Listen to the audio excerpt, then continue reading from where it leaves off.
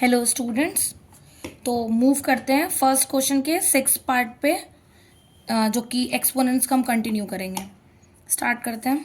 16/81 की पावर -3/4। अब हम एक एक पार्ट को सॉल्व करते चलेंगे, मीन्स एक एक नंबर को सिंप्लीफाई करते जाएंगे। पावर क्या है? नेगेटिव। तो होता क्या है? रेसिप्रोकल। ठीक, तो पहले रेसिप्रोकल कर देते हैं। 81/16 की पावर 3/4। ये रेसिप्रोकल हो जाता है तो पावर क्या हो जाती है? पॉजिटिव। नेक्स्ट ब्रैकेट में चलते हैं। 9/25 की पावर -3/2। तो ये क्या हो जाएगा? 25/9 की पावर 3/2 डिवाइडेड बाई 2/5 की पावर -3। इट मीन्स 5/2 की पावर 3। अब सिंप्लीफाई करना चालू करते हैं। अब क्या, हमने सबसे पहला हमारा क्या काम होता है कि ये जो डिनोमिनेटर होता है उसको रिमूव करना होता है। अब 81 के ऐसा कौन सा नंबर है जिसकी पावर अगर हम 4 करते हैं तो 81 आता है। और मैंने ये बताया था आपको कि किस चीज़ की पावर अगर हम 4 करें तो 16 आएगा। आई थिंक याद होगा, लास्ट वीडियो में हमने डिस्कस करा था। तो 2 की पावर अगर हम 4 करते हैं तो आता है 16। अब 81 क्या है?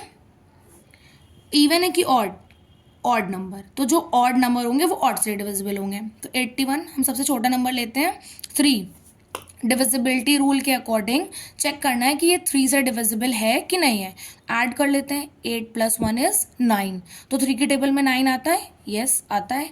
इट मीन्स 3 की टेबल में 81 भी आएगा। तो डिवाइड करते हैं। 3 को हम यहाँ डिवाइड करते हैं 81 से। तो 3 2s are 6, 2 carry 21, 3 7s are, then again with 3 9s are 27, again with 3 3s are and 3 1s are। तो क्या हो गया? ये 3 की भी पावर आ गई 4, और अब 16 जो था वो तो थी ही 2 की पावर। तो हम 81/16 को लिख सकते हैं 3/2 की पावर 4, और इस पूरे की पावर 3/4 थी।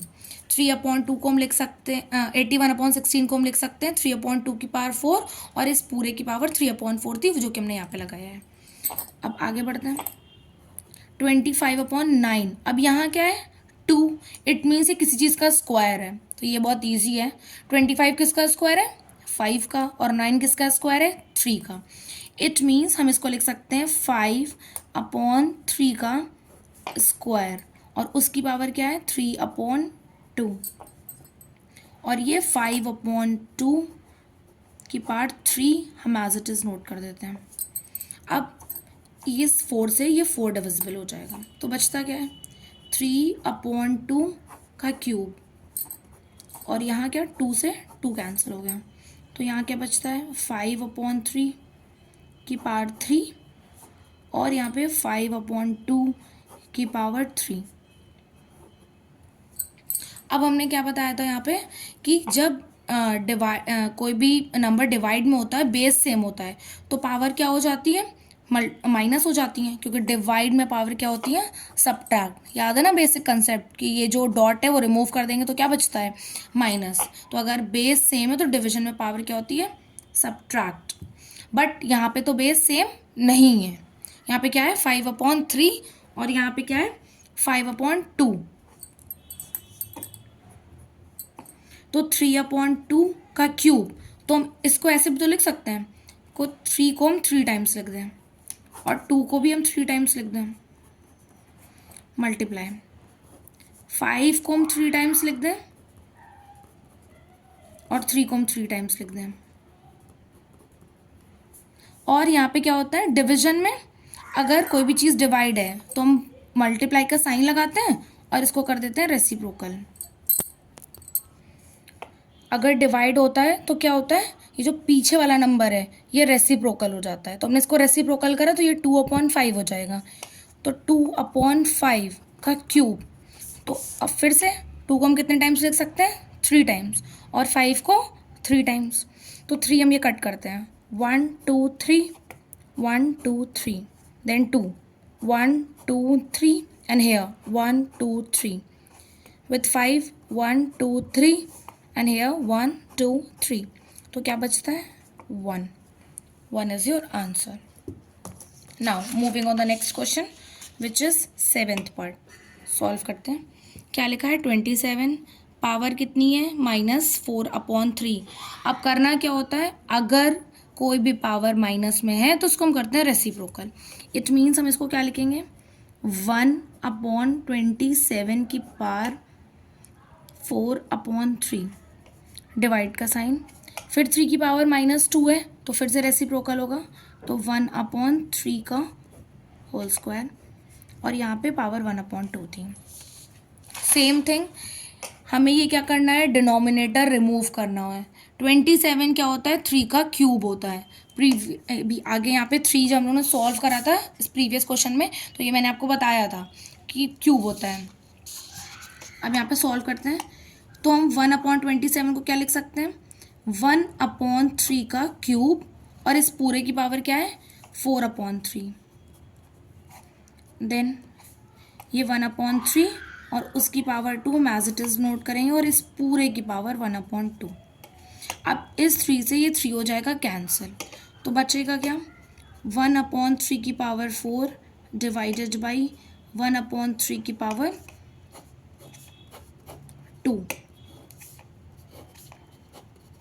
क्या था a की power m divided by a की पावर n, तो क्या हो जाता है a की पावर m माइनस n.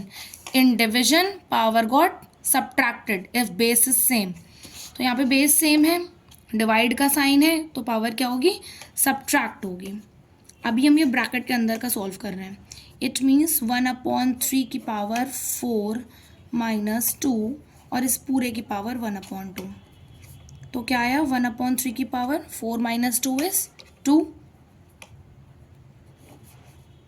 और ये क्या था 1/2 थी इसकी पावर. तो इसको हम क्या लिख सकते हैं 1/3 की पावर 2 मल्टीप्लाई 1/2.